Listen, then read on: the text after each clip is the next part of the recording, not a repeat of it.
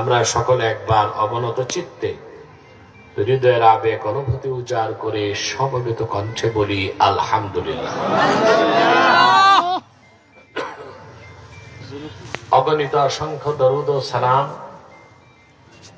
আল্লাহর সৃষ্টির প্রধান আকর্ষণ, বিশ্বসভার সভাপতি, সকল নবী রাসূলগণের মাথার তাজ, শামসুল হিদায়াত, বদরুদ্দুজা, সাইয়্যিদুস সাকালাইন, ইমামুল মুরসালিন, খাতামুন নবিয়্যিন আল মুরসালিন, আফতাবে নবুওয়াত, শাহনশাহে রিসালাত, সরকারে দো জাহাं, সুলতানুল মদিনা, নবিয়ুল আম্বিয়া, হুজুরে আকরাম, নূরে মুজাসসাম, নূরুন আলা নূর, সাইয়্যিদিনা হাবিবিনা শফিঈনা মাওলানা মুহাম্মদ সাল্লাল্লাহু আলাইহি ওয়াসাল্লামের উপর আল্লাহ তাবারাক ওয়া তাআলা যাকে আজ থেকে প্রায় ১০০০০ বছর আগে প্রেরণ করেছেন সর্বশ্রেষ্ঠ ও সর্বশেষ নবী ও রাসূল হিসেবে,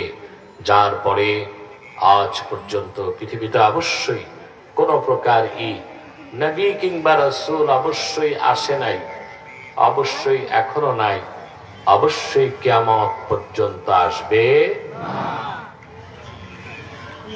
সম্মানিত সুধী, আপনারা যে আজকের মাহফিলে এসেছেন, পার্থিব বা জাগতিক কোন স্বার্থ আছে? আমরা এসেছি শুধু আল্লাহর কোরআনের ভালোবাসায়, ঠিক না? আল্লাহ তার হাবিব সাল্লাল্লাহু আলাইহি সাল্লামের রেজামন্দি অর্জন করার জন্য।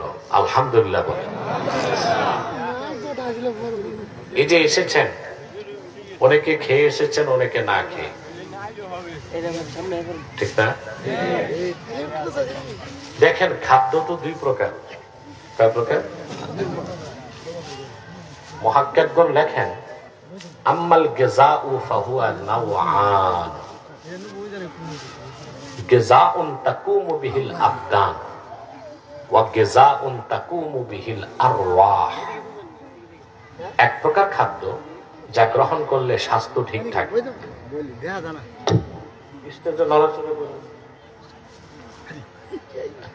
এক প্রকার খাদ্য যা গ্রহণ করলে স্বাস্থ্য ঠিক থাকে, দেহের শৈষ্ট ঠিক থাকে, না খেলে ক্ষুধা লাগে, দেরি করলে মানুষ মরে যায়।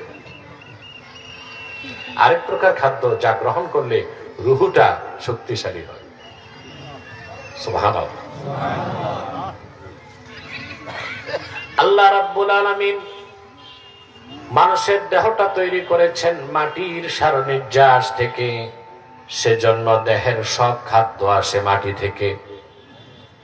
চাল ডাল গম তেল আটা ময়দা সুজি ফল ফলাদি সব আসে মাটি থেকে, কিন্তু মানুষের রুহটা এসেছে আসমান থেকে, রুহের খোরাকটাও এসেছে আসমান থেকেই।